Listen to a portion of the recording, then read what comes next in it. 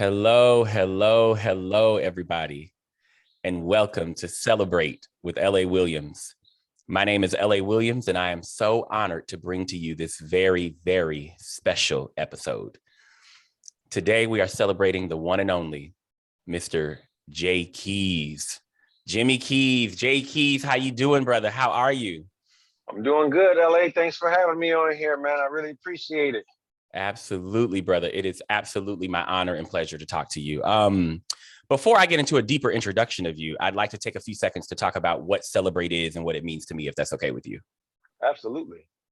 So this series is a manifestation of a moment I had as a very young theater student. I was like a teenager still at Alabama State University. It was my first experience in the theater. It was my first time seeing a play, the whole nine. I knew nothing about theater, drama, acting, any of it. And I had gone over to the theater building to see a production of a play called Phaedra, directed by Dr. Tommy Stewart. The play was written by Jean Racine. And it was one of those moments, Jimmy, where I was like, completely blown away sitting in the theater. You know, I was like, oh my God, this is the rest of my life. How do I get involved? How do I do what these people are doing?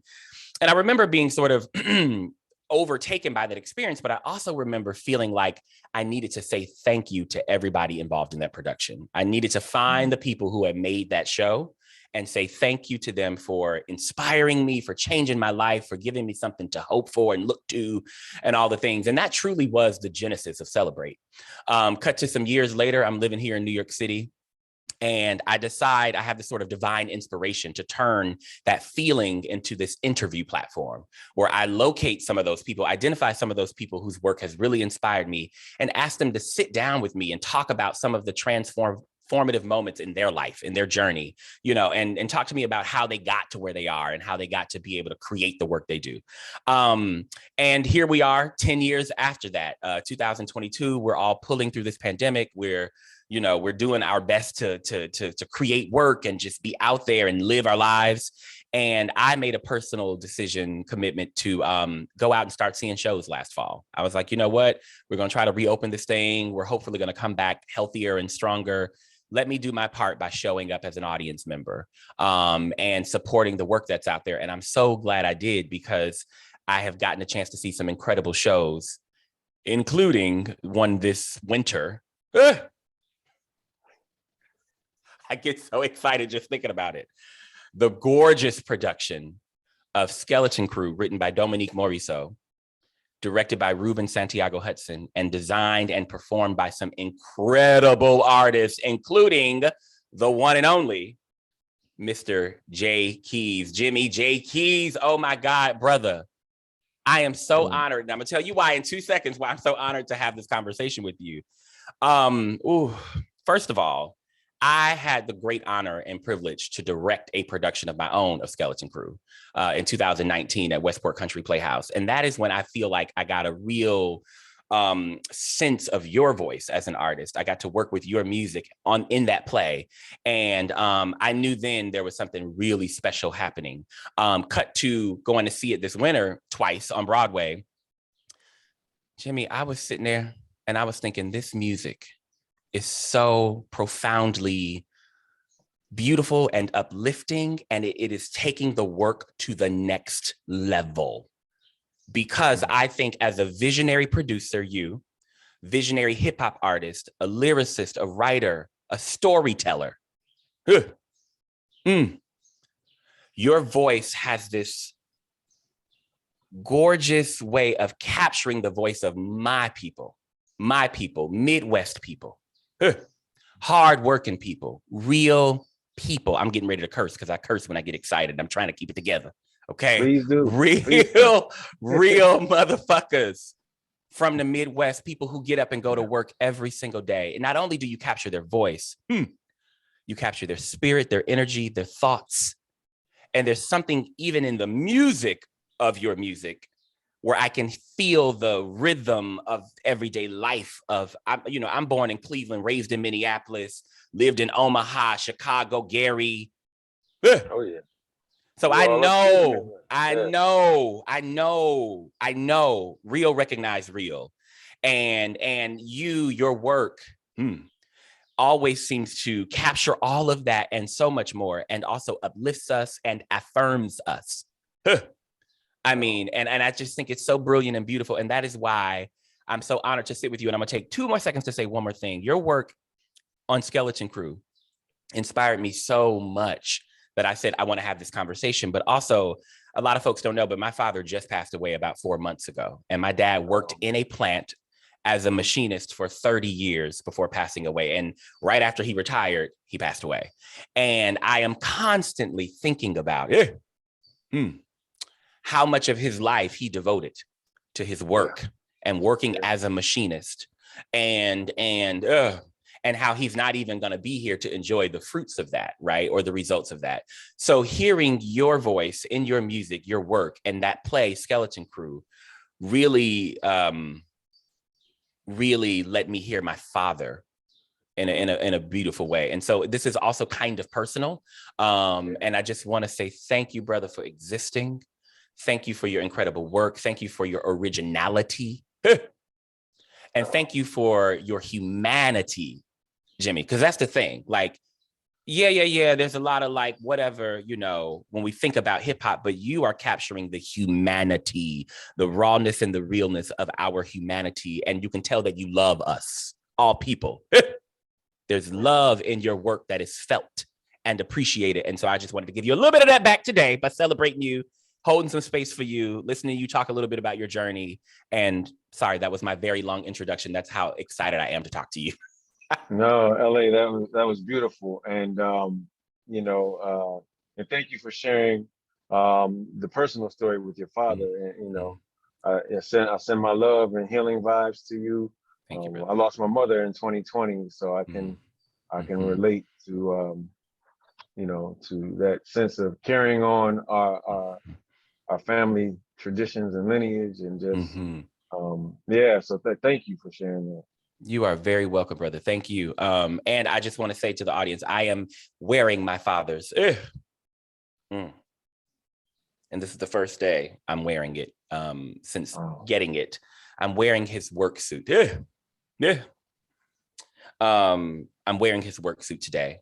And that's because I am so inspired by all the work that happened on Skeleton Crew and by you. And the fact that through you, I can hear his voice. Through your work, I can hear his voice. And I woke up this morning and I said, I gotta put on my daddy's suit today. So my dad is with us in this space. Thank you, brother. So the way I like to start these conversations off is by celebrating the day you were born. I like to ask that question or throw that out there to have you take us back to wherever you want us to go, however far you want us to go, and talk to us either about your birth story or just a young Jay Keys growing up, like anything you want us to know about sort of early you. Yeah. So birth story. I remember it like it was yesterday. No. No, I was born in Detroit, and I'm an 80s baby. And so I grew up in the city right next door to Detroit, Southfield, which is a black suburb of Detroit. When I say black suburb, people don't quite know what I mean, but Detroit is the blackest city in the country. So black, in fact, that even our suburbs are black. So growing up there, I had an affinity for music at a young age. My father was a music man. He never pursued music professionally, but he had dreams of being a DJ. He told me at one point. And so he kept music playing around the house. His favorite group was the Temptations. And then I kind of grew up in that era where, hip hop got to Detroit relatively late. When you look at the history of it, I mean, I feel like it had been in New York for quite a while, but our radio stations didn't start playing hip hop for a while. You had to hear it, late night. During the day it was mostly R&B. And so they had the show called the Rap Blast that would come on at 10 o'clock at night. So you had to catch it from 10 to 12. And you had your cassettes ready to record it. So I'm kind of a product of that era. And so I think one thing that's interesting, like you were saying about your father, my father was a union man, worked for the Detroit Free Press, and my mother was a chemical engineer and worked for well, she worked at a chemical plant downriver. Mm-hmm. And so both of them, hardworking. I watched my mother commute every day for 45 to an hour. And, she got up before us, came home after us. After us. Yeah. And then my father worked, he worked the night shift for a lot of years.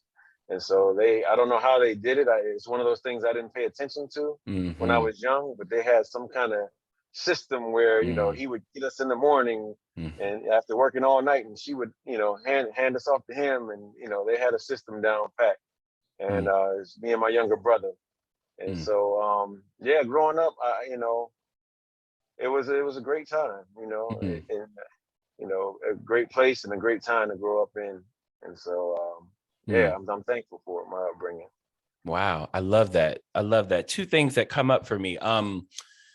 One, I feel like I can listen to you talk a little bit more about sort of Detroit at that time, just like the vibe there. I love that you mentioned that the city is and was so Black that even the suburbs were Black. I love that imagery. And I think it's important that we all know that. And also I'm curious about, just kind of growing up in the house. You mentioned that it's you and your brother. Are you all the only two?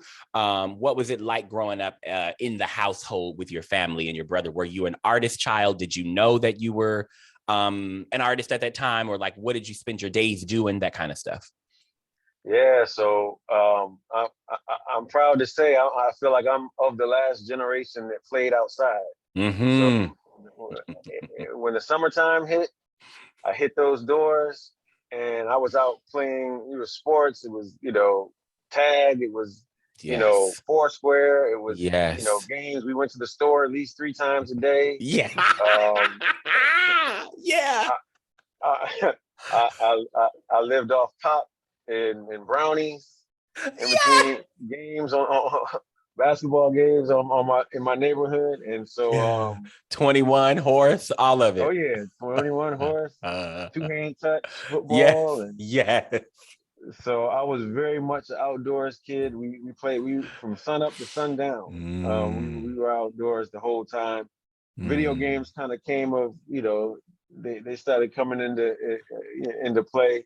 But we played them, but they weren't superseding us going outside and hang out. So there were a lot of young kids on my block, and so that was kind of what childhood was like. And then my brother, he was a little more indoctrinated into the video games than us. He's 6 years younger than me. Okay. And so, but he even was outside, a lot. And so, I would say that the music bug bit me somewhere around 5th grade. Is when I started to actually want to hear my own songs. Not necessarily. You always take on your parents' music because it seeps into your pores. They have it playing around. But that's the age when I started. Oh, I want to hear this myself, and watching music videos. That really.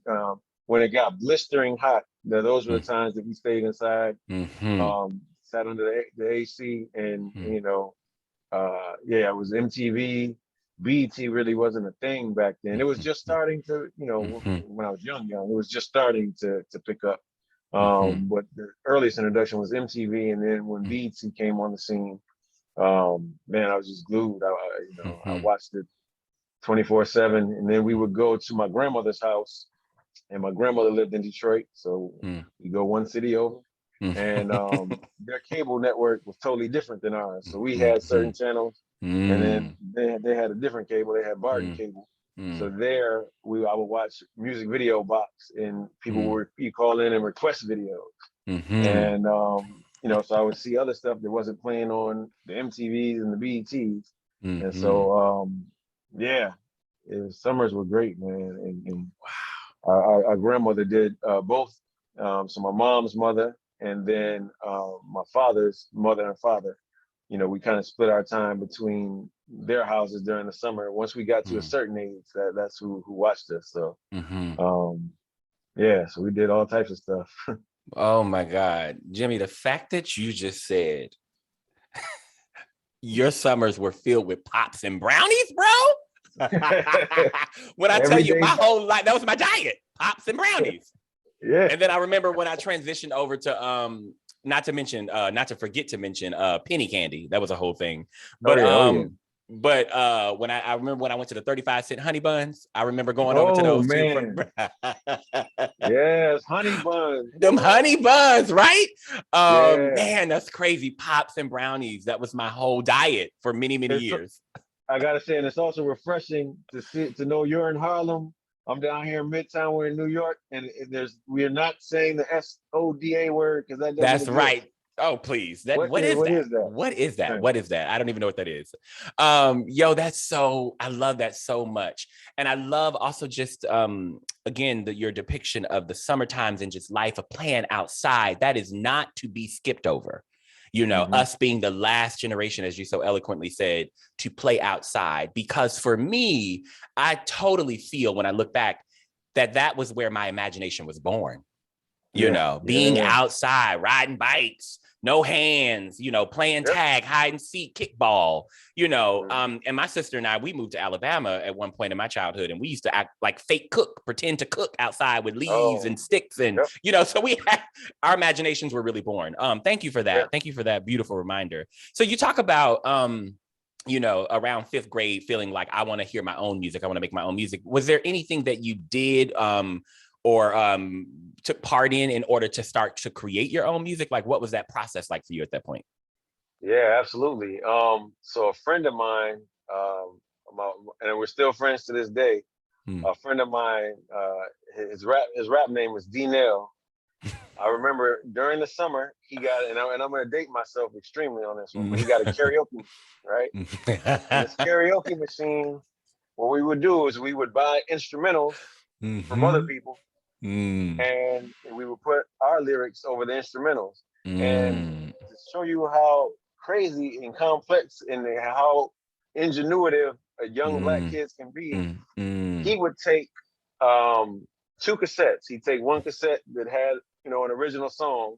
When Mm-hmm. the song first comes on, they usually they let the music play for 4 to 8 bars. Mm-hmm. But what he would do is he would play those 4 to 8 bars. He recorded on the second cassette. He Mm. rewind the first one Mm-hmm. and then bring it back, and he creates these loops out of Mm. the beginning, and he had it down to a science where he could drop the beat in on beat. So from one Mm-hmm. cassette to another, Mm-hmm. he stretched 4 to 8 bars out into like a full length song that we would Mm-hmm. record on, and that's Mm-hmm. before you could just do that. Nowadays, you could do that super easy on your Right. laptop. Right. But back then, we were physically rewinding tapes and getting stuff, to fall on beat. Wow. Wow. To fall on beat. Yes, D-Nail. Let's celebrate D-Nail and and young Jay Keys for as you said, like the genius in the ingenuity. Like, I love that. Thank you for that. So wow. And then y'all would go from there. Yeah, and so we just, we started out just doing music in our parents' garages and in our basements and things like that, and then rapped at a school dance, and which I thought we were killing it. We Yeah. we had a we had a song dissing the kid rappers of the day, which were Crisscross at the Crisscross. I was time. just about to say, yeah, yeah. Yeah, we had a Wow, song that called is Step Back. amazing. Those were our early formative years. Wow, that's amazing. I love that so much. The fact that y'all were like full on doing it. You know, y'all were doing it Mm-hmm. is what it sounds like.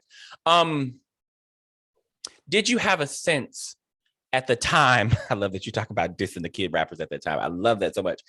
Did you have a sense of what you wanted to say in your music, or were you just like, let me just get in music, but there wasn't really a Yeah, no, I think when you're young, and you're first getting into it, you kind of regurgitate the voices Mhm. that speak to you That's before you right. find That's your right. own voice. That's right. That's right. So at that time, no, it was just who was popular then, and I was fortunate to grow up in an era where you had like a lot of like diversity and different sounds, production Mm-hmm. sound, this Mm-hmm. group to that group all sounded Mm-hmm. different. So we Mm-hmm. we we basically just took and borrowed from everybody. And quite honestly, a lot of times rapped above our years, rapped Mm-hmm. about things we had, we we're 11, 12 years old. We had Those we hadn't had work, no job. We can't talk about clothes and Exactly. cars and things like that. Exactly. Yeah.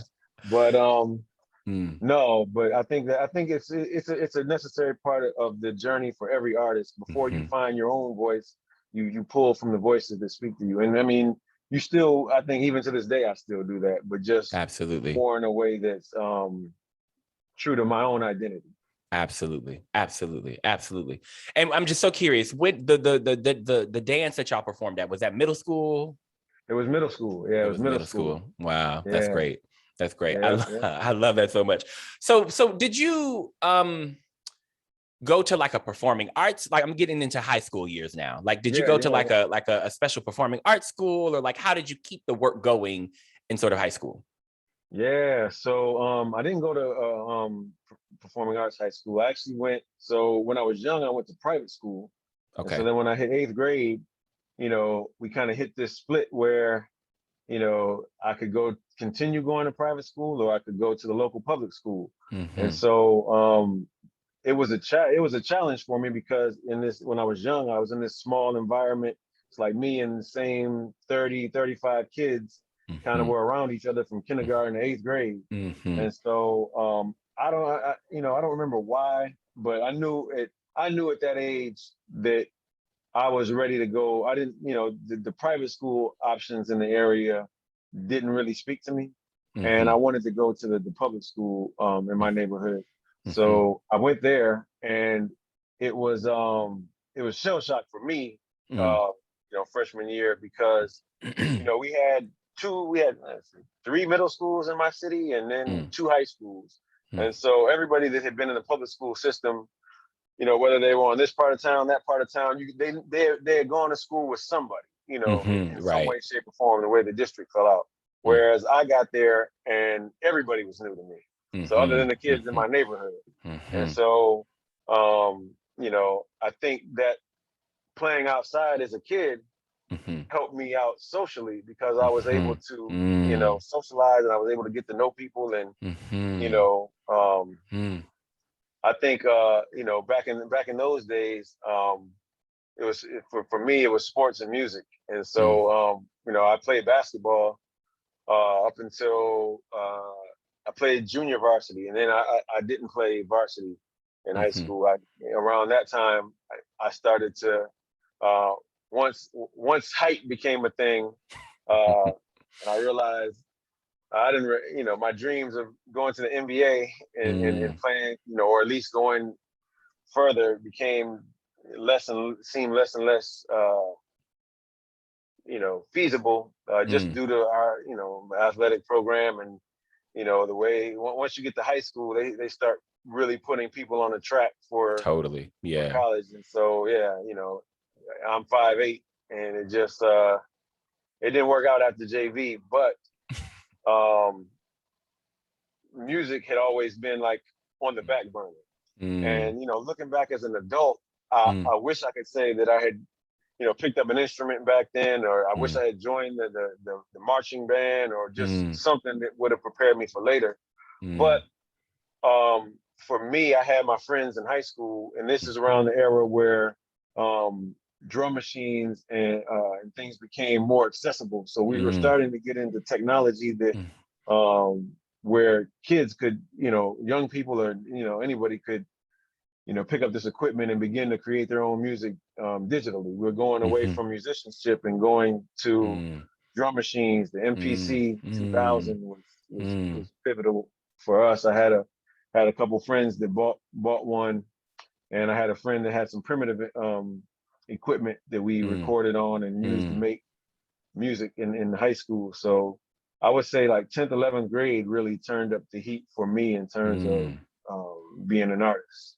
And I Mm. didn't follow any, I didn't have any formal instruction or formal Mm. teaching. It was all the technique of the era, which Mm. was to go to the record store, buy Mhm. records, Mm. obscure records that nobody knows, and Mhm. take sounds off them Mhm. and Mm. make your own beats with Mm. that. And Mhm. that's still a technique to this very day. So Wow. And it's so present in your work, I have to tell you, that again, originality, that ingenuity, and that exploration almost. I just feel it when I listen to your music. So that makes so much sense. And I love that you speak about not having the sort of formal training or instruction, and just the beauty that comes out of not having that. Anyway, I think that's gorgeous. So then you finish high school. What happens after high school? Do you go to college? Do you what happens? Do you go? Yeah, I mean, do you lean more into the artistry piece of it? I mean, Yeah. So I definitely I went to college, and I definitely leaned more in on the artistry, but I started to become a little more well-rounded. So I was in a group. I was part of a collective of friends from high school, and we all did music. And we kind of hit this point where I think it was myself and maybe one other person had gone to school, and sort of the people I was working with, a lot of them didn't go to school. So it became like this rift where, I had to get my books and study for exams and things like that, and find a way to make music. And a lot of them were working and making music, and it was a different dynamic. I couldn't always, be present like I wanted to, and vice versa. We had different visions of how to move throughout the space, and for a college student, that's getting adjusted to academia is a whole nother animal. So, but what I will say is, I never saw college as a hindrance to music. I saw it as a tool. So when I went to the University of Michigan, and when I got there, I immersed myself in things that could support what I was doing musically. And I always hear people say that so many times. I hear people, young people, and just people in my era would, you get to this point where it's like, I don't want to go to college. I want to do music. And I never thought of the two as mutually exclusive. And in fact, when I went to college, I worked on college radio. I hosted a radio show. I threw events. I threw parties, open mic nights. I shot my own video, which was, and at that time it was, technology wasn't like it is now. Like I worked with some film students and threw an actual party and made that my video shoot. And it was a lot harder to do what we do nowadays with technology. But for me, college was like it was the greatest tool to help, and I had a built-in. It really actually held me up in a lot of ways because I had this built-in following of kids that I went to school with. So anytime I did, a show or things like that, I had people my age that were out there to support me. So that's so brilliant. Yeah, and so for people, on the cusp and feeling like, being an artist and going to college are things that are conflicting, I say it's the exact opposite. These universities, these colleges, they have nothing but resources. We had computers on computers, and people that were working. There are people working in departments that will support what you do. There's students that are in film, and they just want to work with the artists and shoot your video for you. So I think when you know exactly what you want to do, going to college can be the greatest tool, because once you learn how to work the system, college for people who don't know what they want to do, I get it. Like you're there and you're trying to find yourself, and you're paying for courses that you're probably not going to use, and I get it. But when you're clear about what you want, it can also be a huge tool as well if you know how to freak it. And as much as I got, I would say I got more out of the extracurricular stuff in college than I did any course. And me and my mother would always have this, God rest her soul, we would always have this clash, because, a lot of times my grades suffered, but I'd be throwing these events on campus, or I'd be, hosting this radio. I found time to do all the things I wanted to do, but my grades suffered a lot of times. And when I look back on my career trajectory and things now, you know, me and my mother, before she passed, we had this full circle moment where I said, yeah, it probably seemed to you that I was, you know, not focused and, you know, not, you know, not following the path I should be following. But it's funny, all the stuff that I was into would actually become the stuff that would be my career. Yeah. Yeah. Oh my God, Jimmy. My mind is blown by your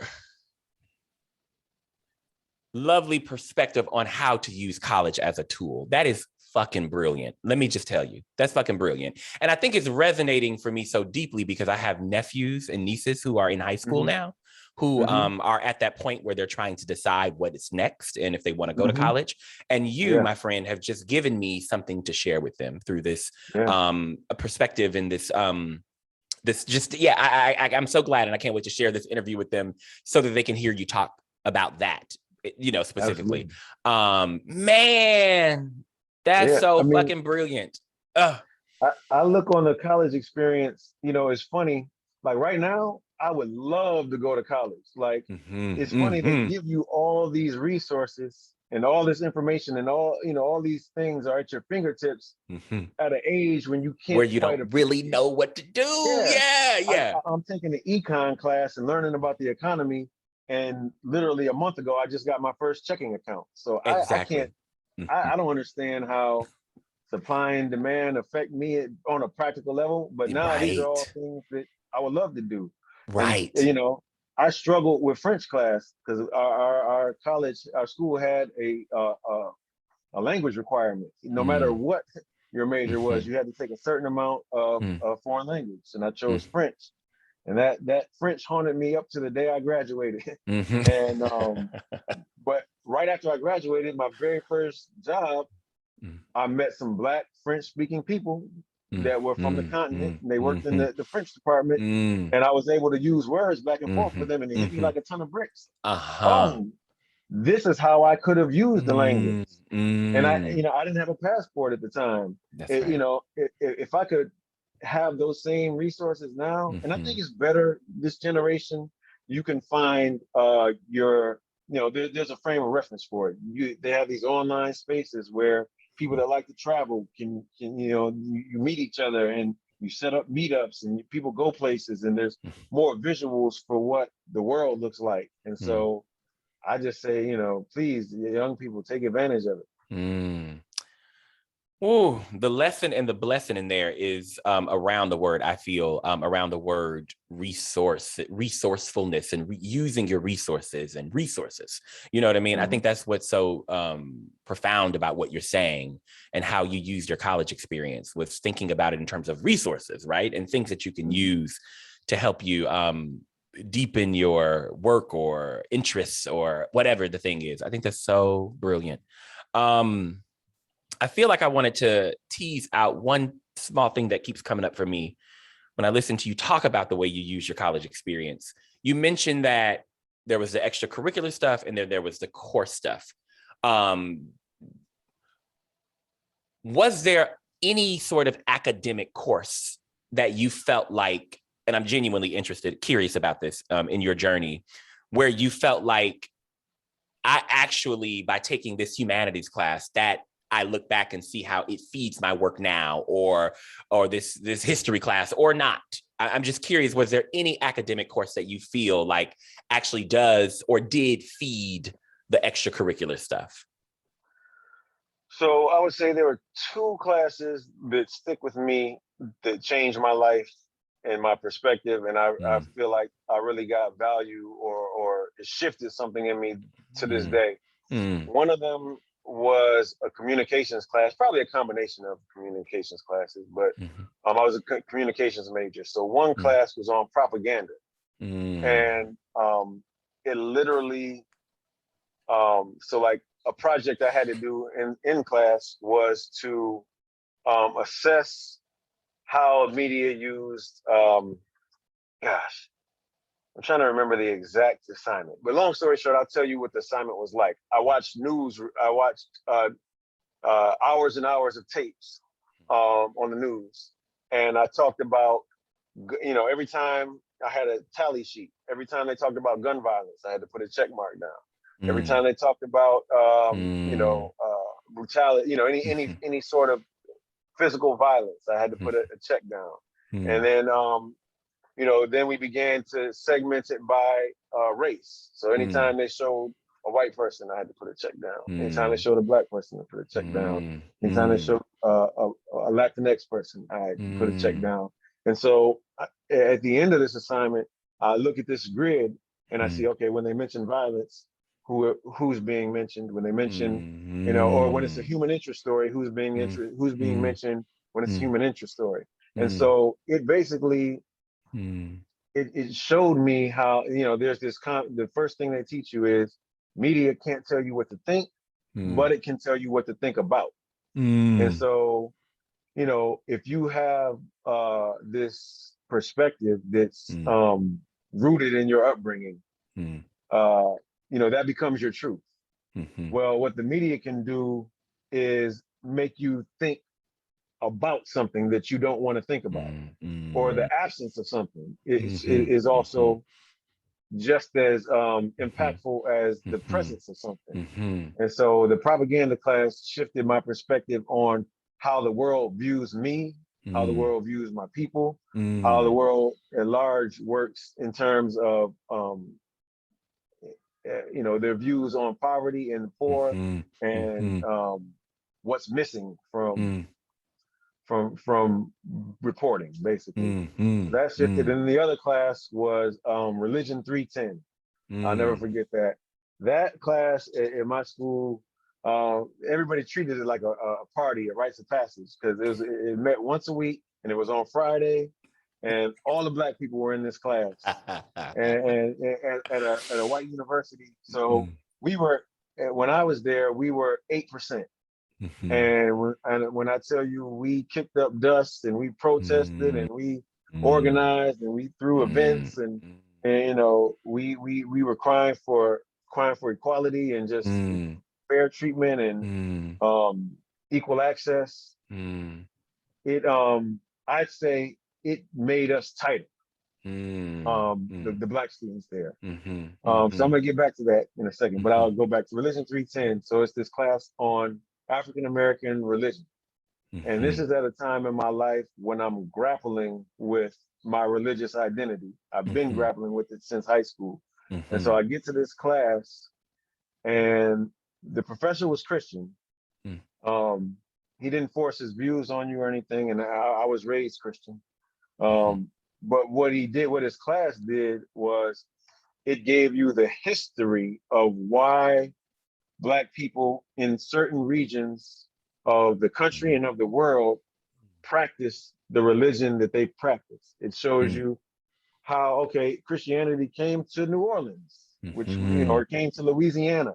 And, you know, it was, you know, among Black people who really practiced, you know, voodoo, or, you know, religions of the Orisha.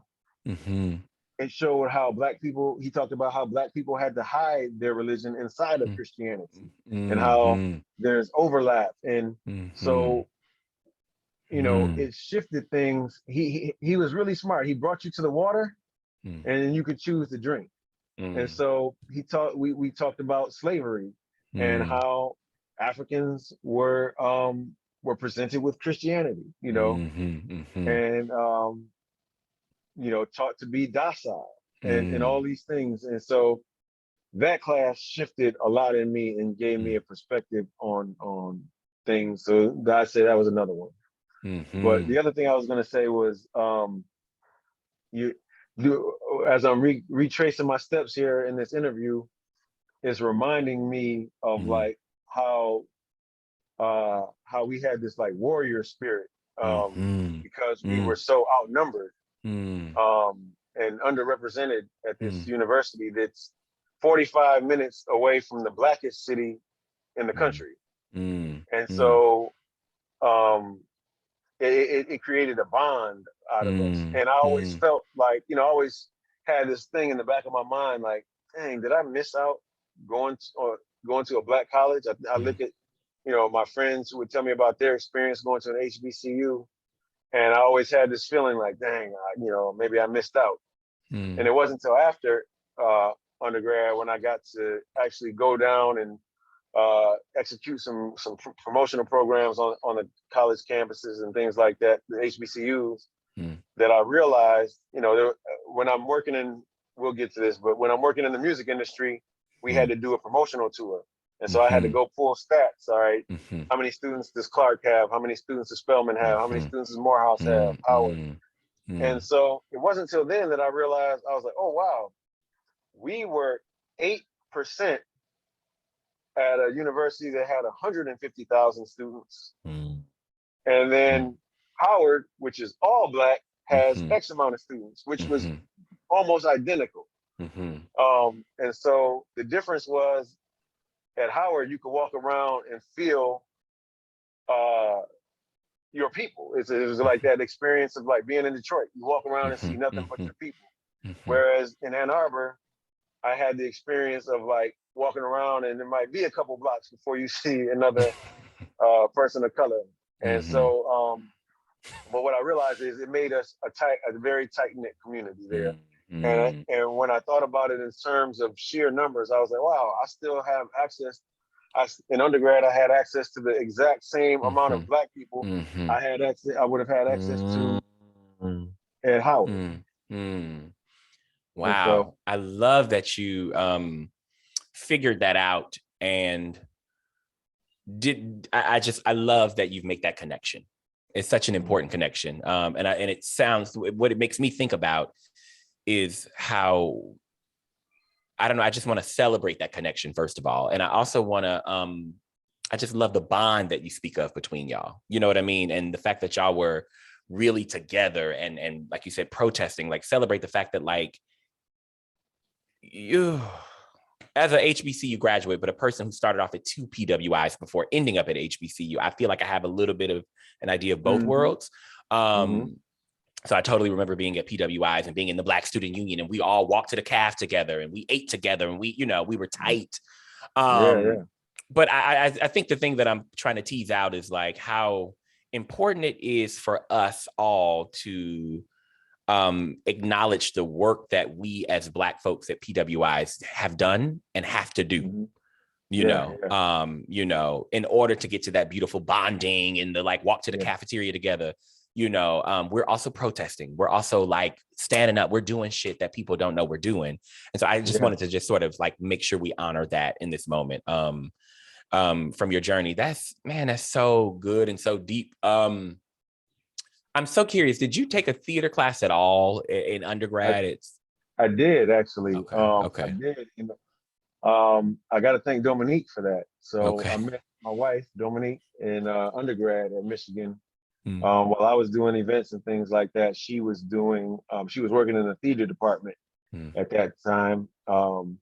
And it was there that, she wasn't seeing her work reflected on stage. So she wrote her first play in undergrad at Michigan. And I helped her promote. And that's kind of how we first met and became best friends before we became more than best friends. But yes. So I was looking for an elective class to take, and she recommended this Intro to Black Theater class taught by a professor named Oyamo. And so I took his class, and that I should have also named that one as shifting too as well, because he started us out. He basically walked us through the lineage of Black theater. We talked about blackface minstrelsy, all these things. And that's kind of where I kind of got the early, I think that was probably my first sense of thinking beyond my generation, probably through that class. And when we explored the lineage of what Black artists had to do to make art, I don't know if before that it had ever occurred to me what price artists paid, Black artists in particular, to do their work. So that was another class I would like to. Wow. Oh, that's dope. And so beautifully said, the price we pay in order to do our work. And yes, absolutely. So real. Moving forward, so Michigan happens. What happens for you after? I'm curious about sort of how you got to New York, how you ended up in New York. Did you go to, what happened after Michigan when you graduated? Yeah, so I graduated Michigan, and here I'll go ahead and date myself once more. I graduated Michigan. I come home. I had to take one French class over the spring. I never had to take a spring or summer class, but that damn French got me. So I take this spring class. I graduate. I get the lowest possible passing grade you can get in French, and I graduate. I come home to my parents' house in Southfield, Michigan, and I'm looking for a job. And so I I remember like it was yesterday. My mom called me, and I pick up the phone. I'm like, "Hey, Ma, yeah, I'm gonna get up. I'm gonna look. I'm about to get up and start looking again today." And she's like, "No, cut on the TV." I cut on the TV, and this plane has flown into the tower, and it's 9/11 happened right when I come out of college, weeks after I finished, and so the economy just kind of takes a nosedive. Everything, the world changes from that point on, and so I end up getting a job doing customer service at a call center in a suburb called Troy of Detroit. And so it was totally nothing like what I thought it would what I thought I would be doing. I felt duped. I felt like Michigan had told me like, "Yo, when you graduate, you're gonna be able to write your own ticket." They said that to me like 100 times in my orientation. You're gonna be able to write your own ticket. And what I didn't realize was it was gonna be economy ticket. Right, exactly. So anyway, so I ended up doing that, and it was good though. That's actually where it was so I worked there for 2 years in Detroit, and the one thing that was good about that job was I was able to travel a lot. And this is right when budget airlines kind of like came into effect, but they hadn't gotten egregious. They were still, they were cheap, but they hadn't gotten messy. And so I began going to New York a lot during that time period, and that's when the bug bit me. I would come out and visit, and I found this way that sometimes if I worked 8 days in a row, I could take 7 days off. I had the system figured out, so I would take. That's how I spent what little money I had. I spent on experience, and I'm still kind of that same guy. So so I would go to New York every chance I got, and end up losing my job after a couple years of working there. So I was kind of at this place where it was like, man, I'm starting from scratch. I might as well start from scratch in New York.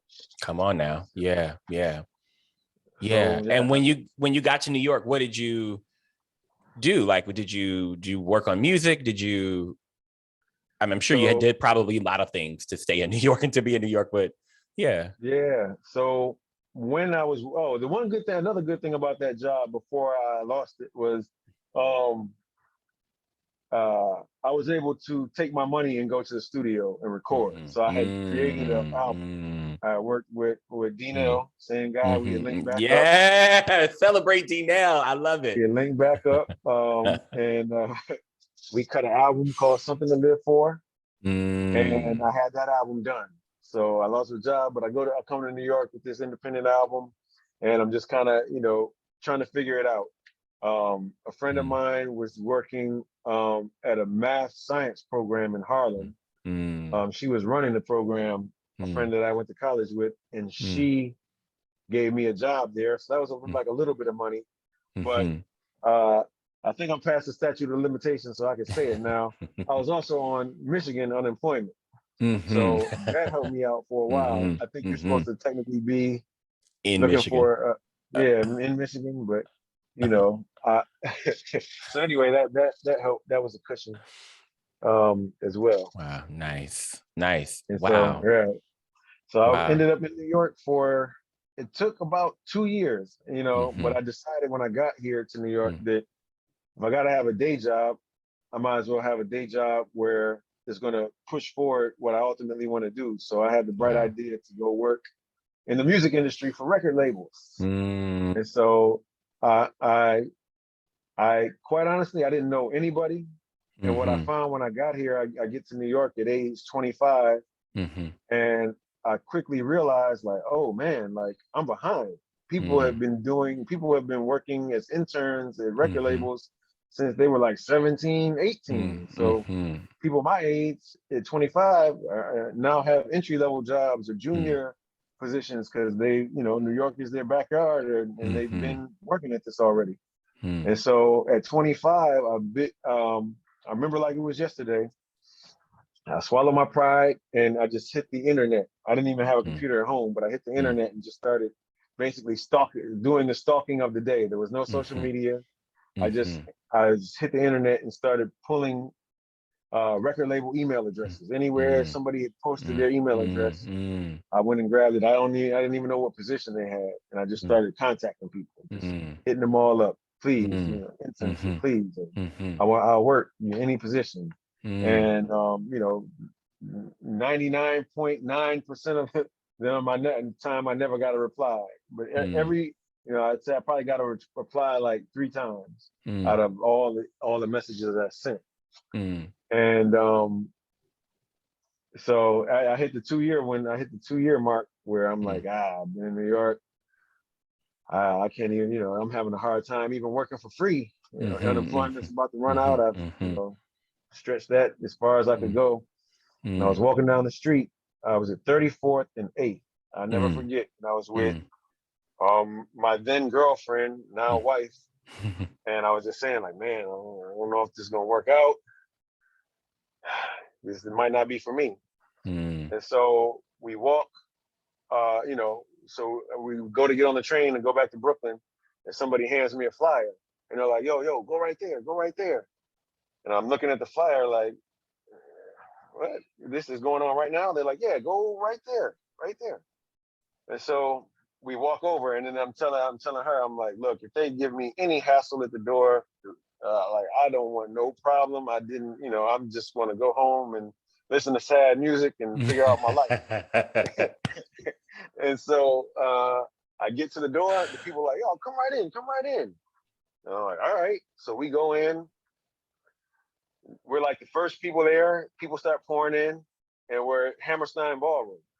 And more people start pouring in, and then this night begins, and it's a full production, and there's lights, and then all these people come out. You have, it turns out we're at the VH1 Hip Hop Honors, the very first one that they did. And Nas comes out, Diddy comes out, Foxy Brown, Busta Rhymes, Russell Simmons, all these people are here, and we're like right in the very front, standing room only, young, early 20s, and it was no hassle, nothing whatsoever, and it was just like it hit me like we walked out of there like it just electrified, and it hit me. I was like, oh my god, like this wouldn't happen in Detroit. Like this just like this is why I left, to be close to this energy. You can't just leave the house and this type of uh you know what do you call it, serendipity happen. And so we took the Right. train back home, and I was just charged like, oh man, this is great. Go to sleep, wake up the next morning, and I get a call back saying, yes, we want you for an internship. Yay, God. And so that started that next day. I still had to hustle. I still had to I don't even I was technically supposed to be a college student to even get the internship.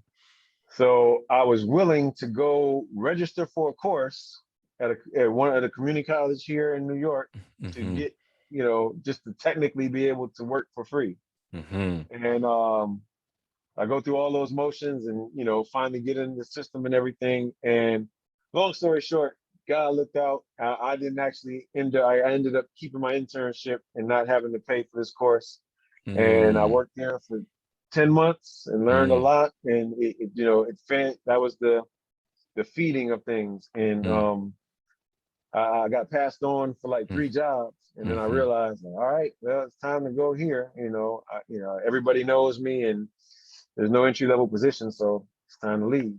And so I left and went to work customer service at the cable company. Now, customer service is what I had just been doing in Detroit, and it felt like a step back, and I was like, you know what? I've been, this is now 3 years, and I haven't been working, just underworking, unemployment and little yang money.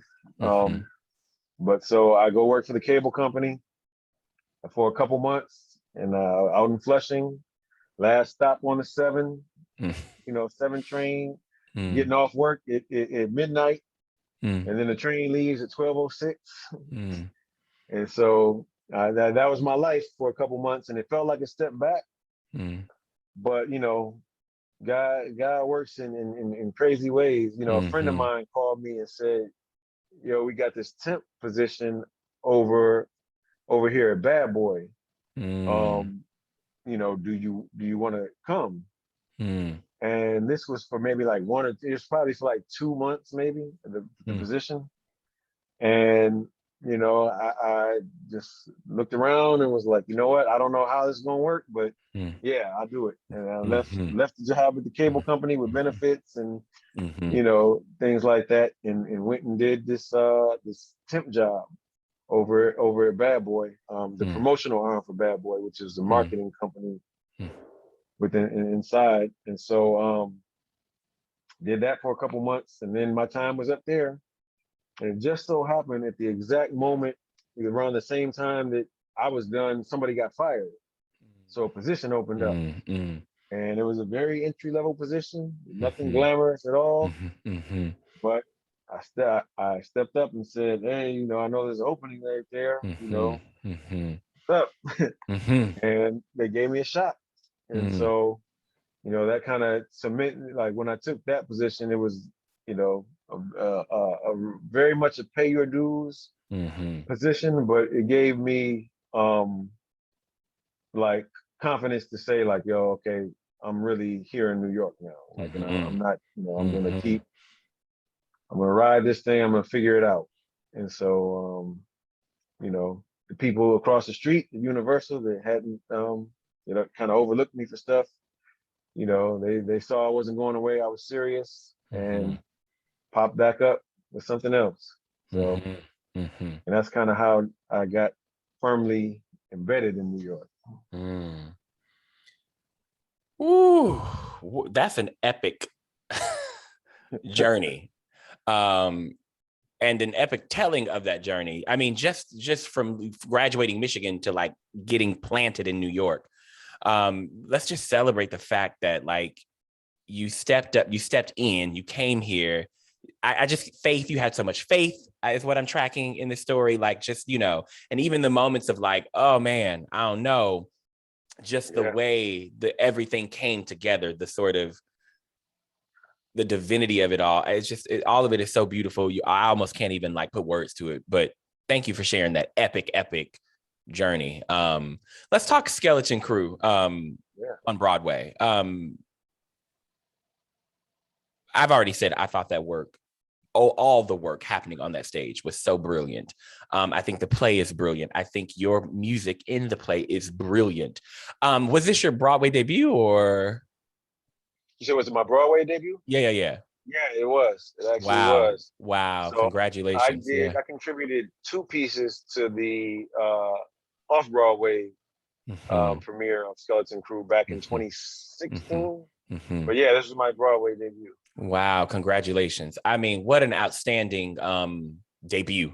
I guess I really just want to say thank you for that work. I don't even know that I have a question so much as just to say thank you again for the gorgeous work. I happened to see like an early preview, and then I was there on opening night, and I just remember sitting there thinking like, Jay Keys and this music. And I think I even like found you and accosted you after the show. I remember. I remember. Yeah, off to the side. So yeah, just congratulations and thank you. And hearing you talk about again, your sort of epic journey and the way that you consistently have used the resources of this world and of college and all these things to feed your art. All of that is so present in your music. And I'm so inspired by the story behind the music, if you will. And yeah, again, just the love that you have for people and our people. And I always have felt a connection to you through your work. But when you said Pops and Brownies in the summertime, it all made sense. I was like, okay, that's why the music speaks to me and resonates for me the way it does. So yeah, congratulations on that. And thank you so much. And that work was just beautiful. It was outstanding. Outstanding. Thank you. Thank you. And I can't mention the music of Skeleton Crew without thinking of Adisola. Oh yeah. What was really great about that process, the first time I did it, I was kind of thrown together. It was like a quick 2-week turnaround, and it was me and the sound designer Rob Kaplowitz, where, we kind of were emailing stuff back and forth to each other. And but this go around, when it came time for the Broadway production, we had a lot more resources. We literally, the actors would be in one room going through blocking and lines, and Ruben would be giving instructions. And then we had MCC let us basically take over our own rehearsal room, and we created basically a pop-up studio where I would come in with compositions, and we had Chesney Snow on this production as well, and then Adesla would be right there, listening to ideas as I threw them out there, and he would tell me what he was reacting to, and so it was a very close-knit unit. It was a special. I always say it was the most intense music process for something that wasn't a musical.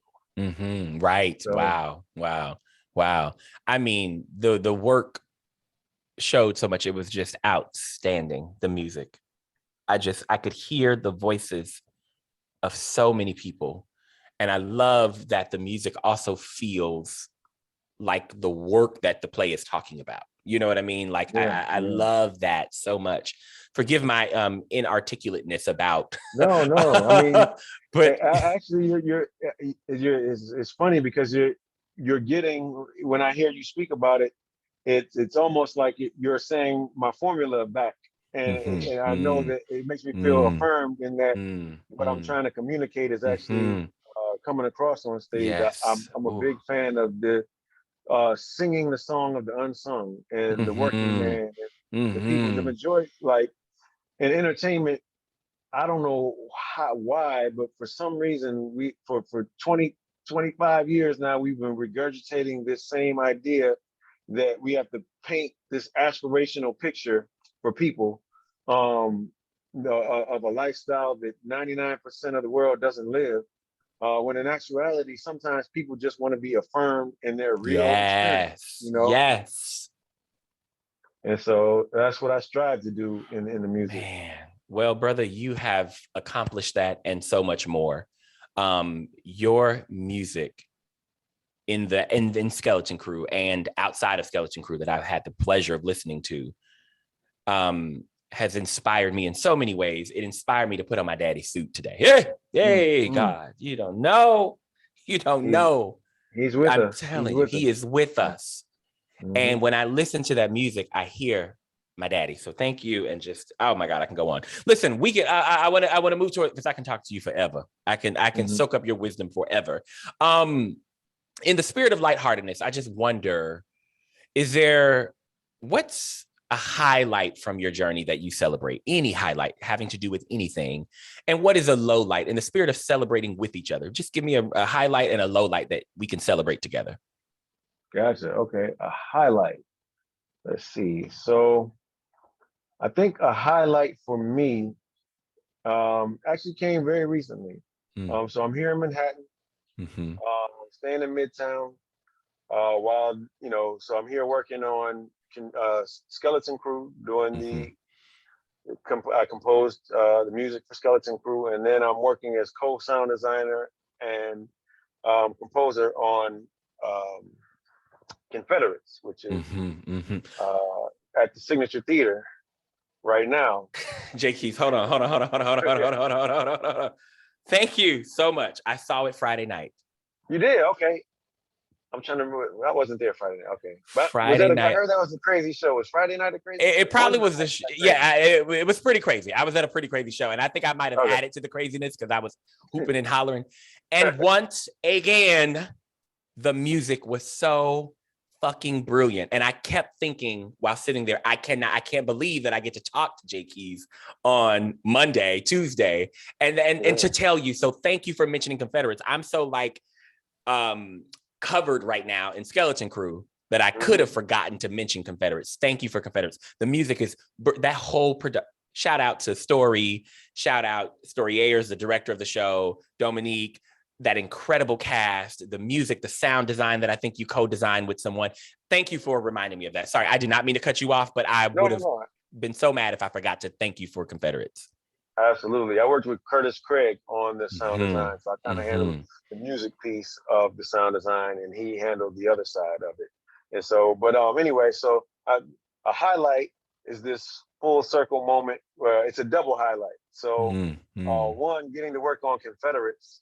And early in this conversation, I described my experience at a predominantly white institution. And so a highlight now is working on this show where we talk about that experience in the show and give voice to the underrepresented voice at a PWI.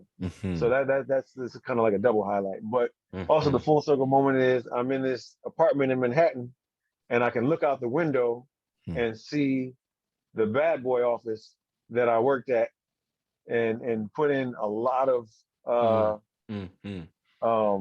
I paid a lot of dues at that office. And right up the street from that is the Universal office. So I walk out this apartment and make a left, and I'm back at the very same place I started. Walk a couple more blocks, and my name is on the marquee at Skeleton Crew. And all those offices, the Bad Boy office was on Broadway, the first Bad Boy office was on Broadway, second Bad Boy office is on Broadway that I worked at. And then the Universal office where I had my first internship is on Broadway. And then I'm back putting a show with my music on Broadway. So Broadway has been part of my trajectory for quite a while when it didn't even feel like it was. When it wasn't didn't a feel thought. like it was. And so so that's definitely a highlight. And let's see, a low light. I guess I should have started with the low light so that I could have come to the highlight. But I have no I have no problem with gravitas because life is real, artistry is real. That's right. I would say a low light was probably the pandemic, the top of the pandemic, when we lost my father-in-law. We were home to, make his arrangements and do a ceremony for him. And we got the news that my mother's cancer had returned. We thought she had beat it. She had got a clean bill of health a couple months before that. And so I remember distinctly hugging my mother, telling her to continue fighting, telling her I would be back, and leaving to go to the airport, not realizing that everything was about to be shut down. Hospitals were about to have a no visitation rule. And so when I hugged her and said goodbye, I had no idea that I was saying goodbye forever. I thought that I didn't see a world where I couldn't just hop on a plane and come right back. I didn't see things changing that much. Right. And so 2020 was rough. We were, blessed in a lot of ways, but also, it felt. I don't want to say what's the proper word. It had its share of stress, anxiety, and just just dark times all around. Dark time. So that was definitely a low light. And then I guess I can end on one more highlight. Is that at the end of 2020, just when it had been a dumpster of a year, and I thought it was horrible, and the year I was ready to say it was the worst year on record. We get a call just before Christmas that our son was born, and we had to go fly to pick up our son. And so it became what was the worst year. Yay. At the very end, we had a buzzer beater, and it turned all the way around in the best way Yay, possible. God. Yay, God. Oh, my God. Oh, my God. Whew. Thank you for sharing that. Let's celebrate the gravitas. Thank you, first of all. Thank you for that word, introducing that word into the space. And thank you, Jimmy, for sharing that beautiful, beautiful shift of that shift. Thank you. Thank you for what you just said. Thank you. And for sharing all of that. Oh, that's so beautiful and powerful. All right. So listen, the way I like to wrap these interviews up is by asking 3 questions. What first, number one, what does it mean to you to be celebrated? For me, to be celebrated means to be seen. It means for someone to recognize my intentions and my actions meeting somewhere. You know, some energy I set out into the world, something I intended to do, and the action I took towards making that intention realized.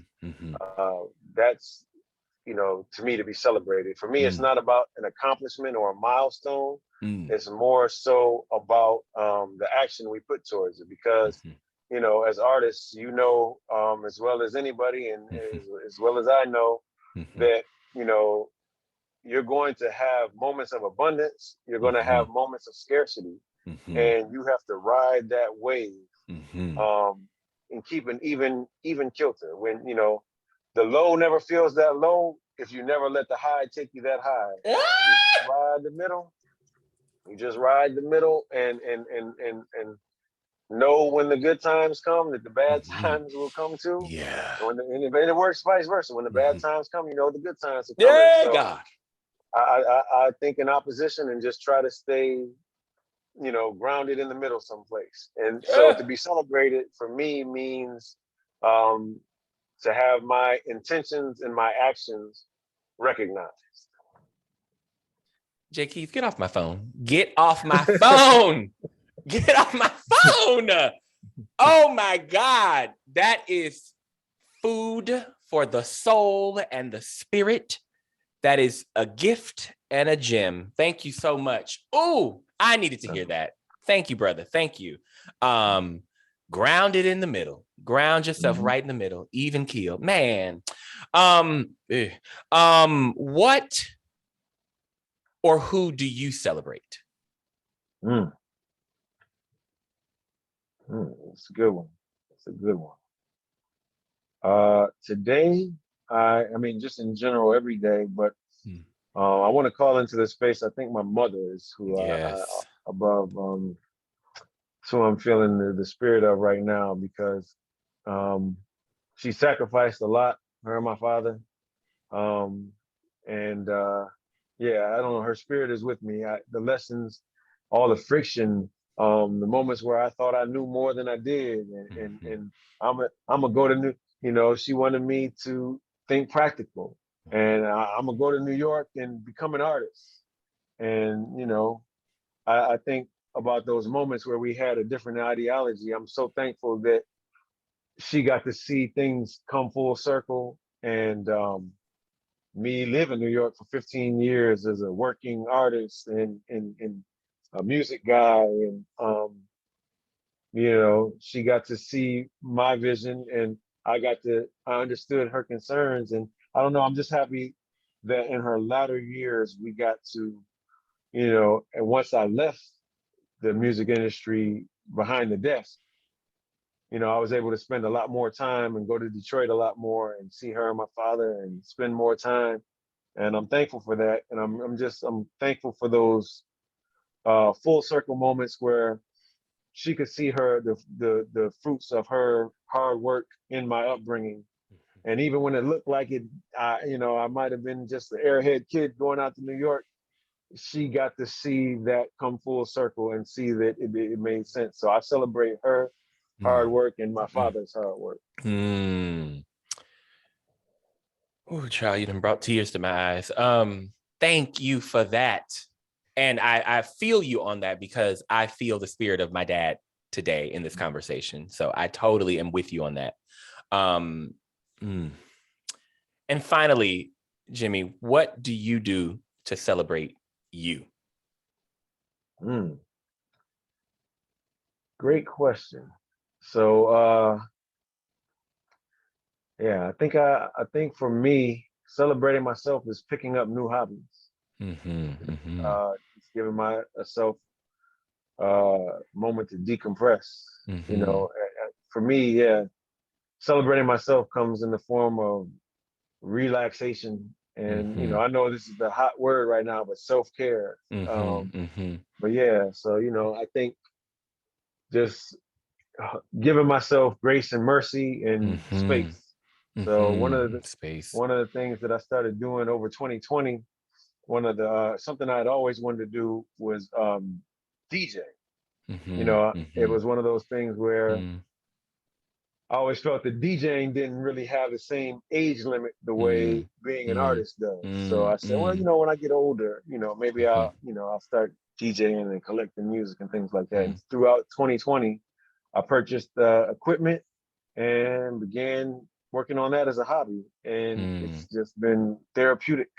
And so just that. When I get back to LA, we're going to take in some more nature and get to enjoy that. And just continuing, trying to take care of myself. Be around for a lot of years. To be around for a lot of years. I would be remiss if I didn't say, in the spirit of celebration and congratulations to you and Dominique on the birth of your son. I love that you shared that. I love that I was so taken in the moment a few minutes ago when you talked about just the shift of it all and how it went from this to this, that I forgot to say congratulations. And I'm just so excited for y'all. And I just love that. And congratulations. Thank you. That's it. Congratulations. Let's definitely celebrate the birth of this beautiful baby. Listen, you have took me up and through it. I was really done with the pops and the brownies and the 35-cent honey buns. I literally, and then the tapes, the cassette tapes. I mean, I've always felt a connection, and now I know exactly why. I am so grateful for you, Jimmy J. Keys, Jimmy Keys, all the names. I love you. I'm thankful for your work. I'm inspired by you, and I lift you up. I think so many people feel the same way about you. Know that we see you, we got you. And we're just so, so thankful for you. And I'm glad to be on this journey with you. And please, and I know that you will, keep the music coming. I can't put enough into words how you are so gifted in that you are capturing so much, Jimmy. I'm telling you, brother, like I put my daddy's suit on for the first time today in prepping for this and thinking and listening to your music. I said, oh my God, I hear my people. I hear our people. So thank you. I can't thank you enough. And that was really why I wanted to have you on. So thank you for saying yes to this. Oh, absolutely. Thank you for existing. Thank you, bro. I love you too. I appreciate you just giving me the platform to run my mouth and for celebrating us and just recognizing our intentions and our actions. That means a lot, and I can't say enough. Feeling is so mutual. Take good care. I'll see you around soon, and have a great day, I guess. I'm just so full. Thank you so much, Jimmy. We'll talk. All right. All right. Thanks, brother. Absolutely.